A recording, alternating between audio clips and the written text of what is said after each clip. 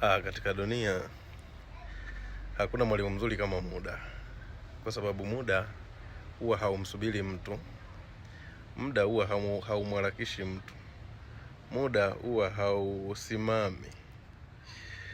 Muda umeombwa watu wengi sana waliokuwa wanajiona wao ni bora kuliko watu wengine. Leo hii mtu akiwa anakudharau, wewe mpe muda, lakini umpe muda ukiwa unapambana. Sio unampa muda alafu unakaa nyumbani unacheki season, akitoka kuangalia season sijui unaenda kwenye vijiwe unakaa unasema eti nimempa muda. Kwa hapo utakuwa unafeli, kwa sababu huyo kesho atakuja kukusahau zaidi na atakuchapa na makofi juu. Iko hivi, hatuwezi kung'aa kwa pamoja, ni swala la muda. Kwa kila mtu ana muda wake, na ndio maana jua lina muda wake wa kuangaza na mwezi una muda wake wa kuangaza. Hatuwezi kuangaza kwa pamoja, lakini vyote vinaangaza kwa